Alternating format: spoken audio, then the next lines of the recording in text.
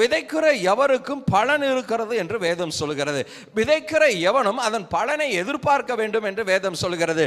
விதைக்கிற எவனும் ஒரு பெருக்கத்தை அடைய வேண்டும் என்று வேதம் சொல்கிறது. விதைகளை விதையுங்கள், உங்களுடைய பலனை அறுவடை செய்யுங்கள். அப்ப எதெல்லாம் விதைக்கிறோமோ நல்லா கவனிச்சுக்கோங்க. நம்ம உடனே நினைக்கிறோம் காணிக்க அப்படின்னு தான் நினைக்கிறோம். இல்ல, உங்க லைஃப்ல நிறைய விதைகள் இருக்கிறது. நீங்க அடுத்தவங்க லைஃப்ல இன்வெஸ்ட் பண்றது ஒரு விதை, அடுத்தவங்களிடத்துல ஒரு நல்ல குணங்களை வெளிப்படுத்துவது ஒரு விதை. இப்படியாக பலவிதமான விதைகள் இருக்கு. நீங்கள் எதை விதைக்கிறீர்களோ அதற்குரிய பலனை அறுவடை செய்வீர்கள் என்று வேதம் சொல்கிறது. அப்ப விதைக்கிற விதைக்குரிய பலன். கோதுமையை விதைச்சிட்டு எனக்கு நெல் ஒரு 10 மூட்டை வேணுங்கன்னா கிடைக்குமா? கிடைக்காது. கோதுமை மணி தான் கிடைக்கும். நெல்லை விதைச்சிட்டு எனக்கு கோதுமை வேணும்னா கிடைக்காது, அதுதான் கிடைக்கும். அப்ப எதை விதைக்கிறோமோ அதற்குரிய பலன் உண்டு. அப்ப விதைப்பது என்பது கிறிஸ்தவத்தில் மிக முக்கியமான காரியமாக இருக்கிறது. ஹல்லேலூயா. இந்த பூமி உள்ள வரைக்கும், இந்த பூமி இருக்கிற வரைக்கும் விதைப்பும் அறுப்பும் நடந்து கொண்டுதான் இருக்கும். விதைப்பும் அறுப்பும் நடந்து கூட. மனுஷன் விதைக்கிறான் அறுக்கிறான், விதைக்கிறான் அறுக்கிறான். இன்னைக்கு விதைப்பும் அறுப்பும் இல்லைன்னா நம்மளுடைய வாழ்க்கையை யோசிச்சு பாருங்க, வெறுமையா இருக்கும். வெறுமையாக இருக்கும். பிள்ளைங்க லைஃப்பில் இன்றைக்கி பேரண்ட்ஸ் இன்வெஸ்ட் பண்ணுறாங்க. பிள்ளைங்க என் பிள்ளை படிக்கணும், டாக்டருக்கு படிக்கணும், இன்ஜினியருக்கு படிக்கணும். என் பிள்ளை படித்து கை நிறைய சம்பாதிக்கும் போது எப்படி இருக்கு?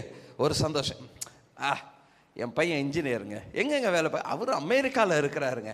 என் பொண்ணு டாக்டருங்க, இப்போ பிஜி பண்ணிட்டு இருக்கிறா, எம்எஸ் பண்ணுறா, எம்டி பண்ணுறா அப்படின்னு சொல்லும்போது ஒரு சந்தோஷம் இருக்குது.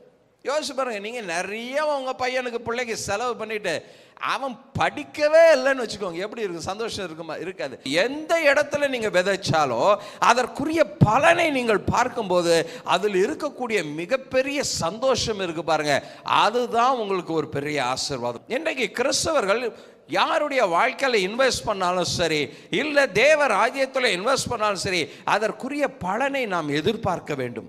ஆண்டவர் சொல்றார், இதை விதை, நான் இதற்குரிய பலனை தரேன். அப்ப விதைக்கிறேன்னா விதைக்கும் போது அது பலனை எதிர்பார்த்து, அந்த பலன் என்னைக்கு வரும் என்று எதிர்பார்ப்போட விதைக்க வேண்டும்.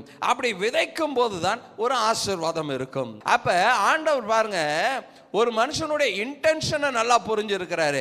அவன் விதைக்கும் போது என்ன இன்டென்ஷன்ல விதைக்கிறான்றது ஆண்டவருக்கு. காரணம், அவர் இருதயத்தின் ஆழங்களை ஆராய்ந்து பார்க்கிற தேவன்.